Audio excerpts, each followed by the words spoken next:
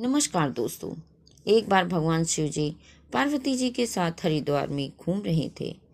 पार्वती जी ने देखा कि हजारों लोग गंगा में नहाकर हर हर गंगे कहते चले जा रहे हैं, परंतु सभी दुखी और पाप परायण हैं। तब पार्वती जी ने बड़े आश्चर्य से शिव जी से पूछा कि हे देव, गंगा में इतनी बार स्नान करने पर भी इनके पाप और दुखों का नाश क्यों नहीं हुआ? क्या गंगा में पापों के नाश करने का सामर्थ्य नहीं रहा? तब शिव जी ने पार्वती जी से कहा, प्रिय, गंगा में तो वही सामर्थ्य है, परंतु इन लोगों ने पाप नाशनी गंगा में स्नान ही नहीं किया है, तब इन्हें लाभ कैसे होगा? पार्वती जी ने आश्चर्य से कहा, स्नान कैसे नहीं किया? सभी तो नहा कर जा रहे हैं, तो अभी तक तो इनके शरीर में नहीं सूखे हैं। शिव जी ने कहा, ये केवल जल में डुबकी लगाकर आ रहे हैं, तुम्हें इसके रहस्य कल समझाऊंगा। दूसरे दिन बड़े जोर की बरसात होने लगी। गलियां कीचड़ से भर गई थीं। एक चौड़े रास्ते में एक गहरा गड्ढा था, चारों ओर कीचड़ भरा हुआ था। शिव जी ने लीला से वृद्ध रूप धारण किया और दीन विवश की तरह गड्ढे में जाकर ऐसे पड़े जैसे कोई मनुष्य चलता हुआ गड्ढे में गिर पड़ा हो और निकलने की चेष्टा करने पर भी वह निकल नहीं पा रहा हो। पार्वती जी को शिव जी ने यह समझाकर गड्ढे के पास बैठा दिया कि देखो, तुम लोगों को सुनो सुनो कर कर पुकारती रहो कि मेरे वृद्ध पति अकस्मात गड्ढे में गिर गए हैं। कोई पुण्य आत्मा इन्हें निकालकर इनके प्राण बचाए और मुझ असहाय अभागिन की सहायता करे।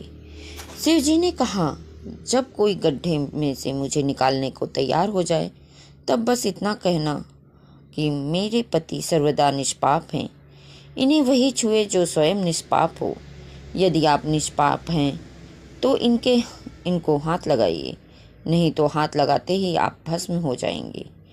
पार्वती जी तथास्तु कहकर गड्ढे के किनारे बैठ गईं और आने जाने वालों को शिव जी की सिखाई हुई बात कहने लगीं। गंगा में नहाकर लोगों के दल आ रहे थे। सुंदर युवती को यूं बैठी देखकर कईयों के मन में पाप आया। कई लोग लज्जा से डरे तो कईयों को कुछ धर्म का भय हुआ। कई कानून से डरे तो कुछ लोगों ने तो पार्वती जी को यह भी सुना दिया कि मरने दे, बुढ़े को कोई उसके लिए रोती क्यों है। आगे और कुछ दयालु सच्चित पुरुष थे। उन्होंने करुणावश युवती के पति को निकालना चाहा, परंतु पार्वती जी के वचन सुनकर वे भी रुक गए। उन्होंने सोचा कि हम गंगा में नहा कर आए हैं तो क्या हुआ, पापी तो हैं ही, कहीं हाथ न जल जाए। बूढ़े को निकालने की वजह से इसी स्त्री के कहे अनुसार हम स्वयं भस्म न हो जाएं। किसी का साहस नहीं हुआ। सैकड़ों आए पूछकर चले गए। संध्या हो चली। शिव जी ने कहा, पार्वती, देखा आया कोई सच्चे हृदय से गंगा में नहाने वाला। कुछ देर बाद एक जवान हाथ में लोटा लिए हर हर गंगे करता हुआ निकला। पार्वती ने उसे भी वही बात कही। युवक का हृदय करुणा से भर गया। उसने शिव जी को निकालने की तैयारी की। पार्वती ने रोककर कहा कि भाई, यदि तुम सर्वदा निष्पाप नहीं होगे तो मेरे पति को छूने से ही जल जाओगे। उसने उसी समय बिना किसी संकोच के दृढ़ निश्चय के साथ पार्वती से कहा कि माता, मेरे निष्पाप होने से में तुझे संदेह क्यों होगा? देखती नहीं, मैं अभी गंगा नहा कर आया हूँ। गंगा में गोता लगाने के बाद कई पाप रहते हैं भला। आपके पति को अभी निकालता हूँ। इतने में युवक ने बूढ़े को ऊपर उठा लिया।